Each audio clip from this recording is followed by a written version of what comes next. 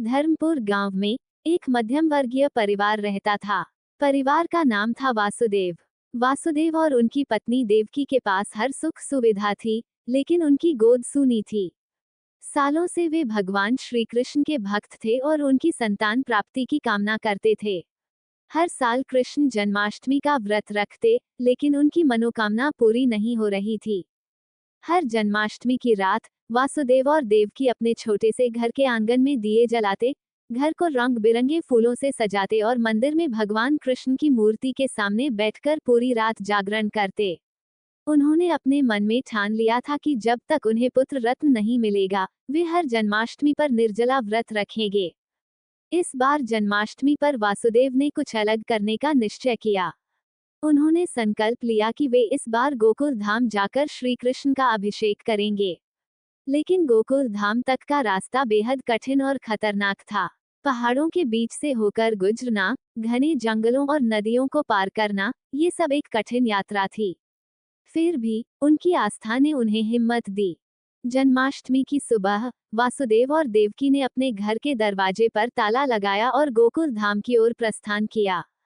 गांव के लोग उन्हें रोकने की कोशिश कर रहे थे, लेकिन वे अपने संकल्प पर अडिग थे। देवकी ने अपने माथे पर तिलक लगाया और वासुदेव ने गीता का पाठ करते हुए यात्रा की शुरुआत की। रास्ते में कई अजीब घटनाएं घटित होने लगीं। जैसे ही वे जंगल में प्रवेश करते, अचानक तेज आंधी और बारिश शुरू हो जाती। पेड़ गिरने लगते, जैसे कोई अदृश्य शक्ति उन्हें आगे बढ़ने से रोकना चाहती हो। देवकी का दिल धड़कने लगा, लेकिन वासुदेव ने उन्हें हिम्मत दिलाई और कहा, ये भगवान की परीक्षा है, हमें डगमगाना नहीं चाहिए। जंगल के बीच से गुजरते हुए उन्हें एक साधु मिला। साधु ने उन्हें देखकर मुस्कुराया और कहा, वत्स, तुम्हारी यात्रा कठिन है, लेकिन अगर तुम्हारी आस्था सच्ची है तो भगवान स्वयं तुम्हारी रक्षा करेंगे। साधु ने उन्हें आशीर्वाद दिया और गायब हो गया। रात गहरी होती जा रही थी और अब उन्हें आगे जाने का रास्ता नहीं मिल रहा था। अचानक एक बड़ा सांप उनके रास्ते में आ गया। देवकी घबराकर पीछे हट गईं, लेकिन वासुदेव ने भगवान कृष्ण का नाम लिया और सांप को प्रणाम किया। आश्चर्यजनक रूप से सांप ने उन्हें कोई नुकसान नहीं पहुंचाया और धीरे धीरे वहां से चला गया। वासुदेव और देवकी ने राहत की सांस ली और यात्रा जारी रखी। रास्ते में उन्हें कई और अजीब घटनाओं का सामना करना पड़ा, कभी कोई अचानक प्रकट होने वाला खड्ड, तो कभी भयानक जंगली जानवर। लेकिन हर बार भगवान श्री कृष्ण की कृपा से वे सुरक्षित बचते रहे। जब वे गोकुल धाम के करीब पहुंचे, तो उनके सामने एक नदी आ गई। नदी का पानी उफान पर था और उसे पार करना असंभव लग रहा था। वासुदेव और देवकी ने भगवान श्री कृष्ण का स्मरण किया और नदी के तट पर बैठ गए। अचानक एक अदृश्य शक्ति ने उन्हें उठाया और नदी पार करवा दी। ये देखकर वासुदेव और देवकी की आंखों में आंसू आ गए। वे समझ गए कि यह श्री कृष्ण की लीला थी। गोकुल धाम पहुंचने के बाद उन्होंने मंदिर में जाकर भगवान का अभिषेक किया और पूरे भक्ति भाव से पूजा अर्चना की। पूजा के बाद वासुदेव और देवकी ने भगवान श्री कृष्ण से संतान की प्रार्थना की। मंदिर के पुजारी ने उन्हें प्रसाद देते हुए कहा, तुम्हारी आस्था ने तुम्हें विजय दिलाई है। भगवान कृष्ण की कृपा से तुम्हें संतान का सुख प्राप्त होगा। घर लौटते समय वासुदेव और देवकी के मन में असीम शांति थी। उन्होंने पूरी श्रद्धा और विश्वास के साथ यह यात्रा पूरी की थी और अब वे जानते थे कि उनका संकल्प पूरा होने वाला है। कुछ महीनों बाद देवकी ने एक सुंदर बालक को जन्म दिया। वासुदेव और देवकी की खुशी का ठिकाना नहीं रहा।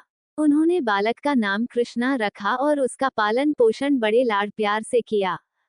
जन्माष्टमी का पर्व फिर से आ गया था। इस बार वासुदेव और देवकी ने घर पर ही भगवान कृष्ण का जन्मोत्सव मनाने का निर्णय लिया। रात के 12 बजे जैसे ही भगवान के जन्म की आरती शुरू हुई, अचानक घर के अंदर दिव्य प्रकाश फैल गया। वासुदेव और देवकी ने देखा कि भगवान कृष्ण स्वयं उनके सामने प्रकट हो गए थे। उन्होंने वासुदेव और देवकी को आशीर्वाद दिया और कहा, तुम्हारी आस्था और भक्ति ने मुझे प्रसन्न किया है। यह बालक मेरा ही रूप है, इसे तुम अच्छे से पालना, ये तुम्हारे घर को सदा सुख समृद्धि से भरपूर रखेगा। ये कहते ही भगवान कृष्ण अदृश्य हो गए। वासुदेव और देवकी ने उनके चरणों में गिरकर प्रणाम किया। उस दिन के बाद वासुदेव और देवकी का जीवन पूरी तरह बदल गया। उनका घर सदा खुशियों से भरा रहने लगा। कृष्णा बड़ा होकर गांव के अन्य बच्चों के साथ खेलता, हंसता और सभी को अपनी मासूमियत से मोहित कर लेता। वासुदेव और देवकी ने अपनी संतान को भगवान कृष्ण का रूप मानकर उसका पालन पोषण किया।